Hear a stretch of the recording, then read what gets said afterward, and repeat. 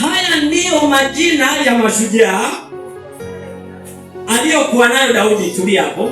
Naomba mmoja aende kwenye kitabu cha Mambo ya Nyakati. Usitoke hapo. Nenda kwenye kitabu cha Mambo ya Nyakati wa kwanza sura ya 11 mstari wa 10. Mtu mmoja tu anisomee huo mstari. Mambo ya Nyakati Mambo ya Nyakati wa kwanza sura ya 11 mstari wa 10. Ndio. Hawa ndio makuu wa mashujaa aliyokuwa nao Daudi, waliojitia nguvu. Yaani wao walisema liwe na liwalo, hatuwezi kumwacha Daudi. Twende katika ufalme wake pamoja na Israeli wote. Bwana Yesu asifiwe. Twende kwa sasa kwenye Samueli. Nilikuwa nataka tupate maana halisi ya hawa watu, kwamba kumbe hawa watu walikuja kwa sababu ya kuweza kukamilisha ufalme wa Daudi. Bwana Yesu asifiwe. Ili walisema kwamba liwe na liwalo, hatuwezi kumwacha Daudi. Haijalishi kuna vita gani, haijalishi kuna jaribu gani, haijalishi tutakutana na suruba la namna gani, hatuwezi kumwacha Daudi. Bwana Yesu asifiwe. Samueli. Ndiyo. Mkuu wa maakida huyo aliliinua shoka lake juu ya watu 800. Tulia hapo. Bwana Yesu asifiwe. Huyu alikuwa miongoni mwa mashujaa ambao walikuwa wamesimama pamoja na Daudi wakati wapo kwenye vita. Walipoangalia jeshi la Wafilisti, wakatazama, mbona hawa watu ni wengi sana. Watu wote walikimbia. Lakini yeye, ukirudi utasoma baadaye kwenye kitabu cha Mambo ya Nyakati kuanzia hapo mstari wa 10 na kuendelea, utaisoma hiyo vizuri. Lakini yeye alipotazama akasema haiwezekani. Kukimbia sio kutatua tatizo, bali ni kupambana mpaka kieleweke. Bwana Yesu asifiwe. Jamaa alijipa nguvu, kwa sababu maandiko yanasema ya kwamba walijitia nguvu pamoja na Daudi. Yaani ya kwamba liwe na liwalo, hatuwezi kukimbia. Bwana Yesu asifiwe. Jamaa watu wote wakakimbia, afa kabaki peke yake. Alafu hana silaha tofauti na shoka. Ogopa sana. Mtu mmoja amesimama amezungukwa na umati wa Wafilisti wote, alafu ana shoka. Maandiko yanasema kwenye kitabu cha Mambo ya Nyakati hapo, watu 800, mtu mmoja alipiga siku hii kwa shoka.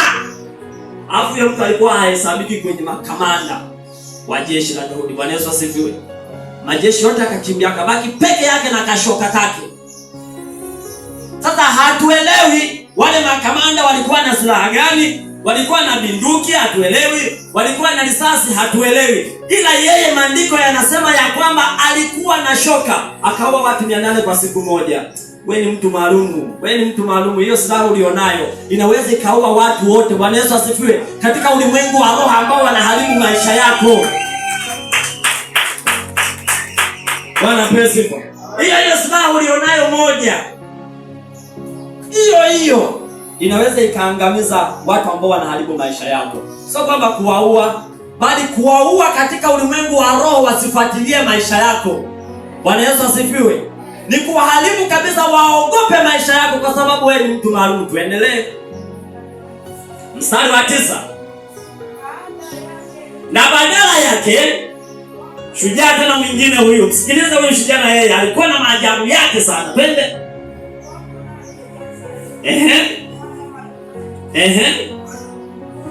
Ndiyo. Mojawapo wa wale mashujaa watatu. Kusubiri kwanza hapo. Mashujaa hawa jumla walikuwa 30. Ukisoma kwenye kitabu cha Mambo ya Nyakati, walikuwa 30. Kwa hiyo walikuwa vikundi. Bwana Yesu asifiwe. Walikuwa vikundi. Sehemu zingine utawakuta hapo watatu, sehemu zingine utawakuta hapo. Kwa hiyo jumla walikuwa 30 ambao walihesabika kwenye Biblia. Bwana Yesu asifiwe. Ambao wanahesabika kuwa mashujaa. Bwana apewe sifa. Hapo tunawaona watu watatu ambao walikuwa wametengwa kwa wakati huo. Twende huyo wa pili sasa. Mmoja wapo wa wale mashujaa watatu walipowatukana Wafilisti, waliokuwa wamekusanyika huko. Ndiyo, na watu wa Israeli. Ndiyo, endelee. Huyo aliinuka akawapiga Wafilisti. Huyo ni mtu mmoja. Unapiga makofi mpaka mkono unachoka. Umeshakuiona hiyo? Bwana Yesu asifiwe. Huyo ni mtu mmoja katikati ya jeshi la Wafilisti. Wenzake wote wamekimbia, amebaki peke yake. Akapiga, maandiko yanasema akapiga mpaka mkono ukachoka.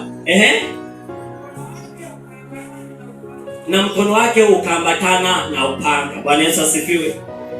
Tuendelee. Ndiyo, tuendelee. Ndiyo. Ndiyo. Ndiyo. Huyu tena na mwingine tena huyu watatu. Ndiyo. Ndiyo. Ndiyo. Ndiyo. Watu wakawakimbia Wafilisti. Bwana Yesu asifiwe. Yeye akabaki. Yeye alisimama katikati ya bonde ya konde. Akalipigania, akawaoa Wafilisti, mtu mmoja. Naye Bwana akafanya wokovu mkuu. Bwana Yesu asifiwe. Tunaona mashujaa watatu hawa ambao ukiwafuatilia vizuri hawakuhesabika kwenye kundi. Bwana Yesu asifiwe. Ambao hawakutambulika.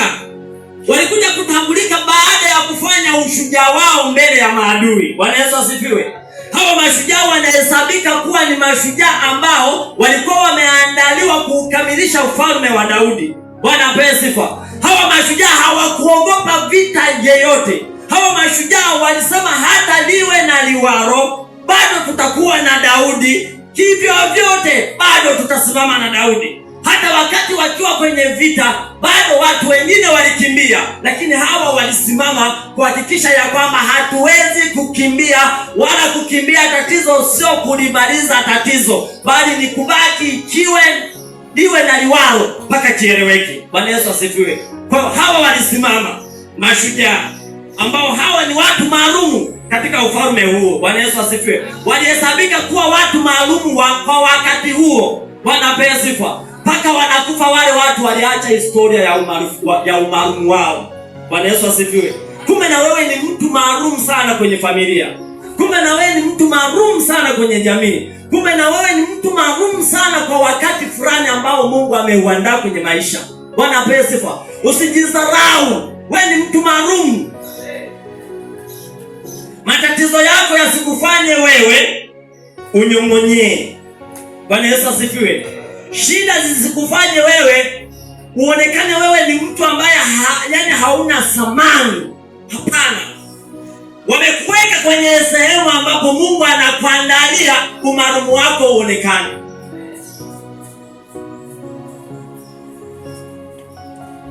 Hivi unajua wewe kwamba unategemewa sana kwenye familia? Bwana Yesu asifiwe. Cha kwanza unategemewa wewe ndio uwe tajiri wa kwanza kwenye mkoa. Bwana pesa. Yaani wewe unategemewa ndio uje wasaidie ndugu zako. Na wala sio wadogo zako mpaka kaka zako. Bwana Yesu asifiwe. Yaani wewe ndio kioo cha kwanza kwenye familia. Lakini hawajatambua. Na kwa sababu hawajatambua, wewe endelea kulia na Mungu. Umaalumu wako utakapofika, watakuheshimu wewe. Bwana Yesu asifiwe. Watatamani wapande kwenye Range Rover yako, alafu akikuomba wanakuonea aibu. Bwana usiwanyime. Ndio wakati wako wa kumheshimu Mungu. Bwana Yesu asifiwe. Ndio wakati wako, wakati sahihi wa kuonyesha umaalumu wako. Bwana apewe sifa. Wewe ni jemedari. Umaalumu wako bado tu haujafika. Hivyo usije ukakata tamaa. Bwana Yesu asifiwe. Usije ukarudi nyuma kwa sababu ya kutengwa. Usije ukarudi nyuma kwa sababu ya kukataliwa.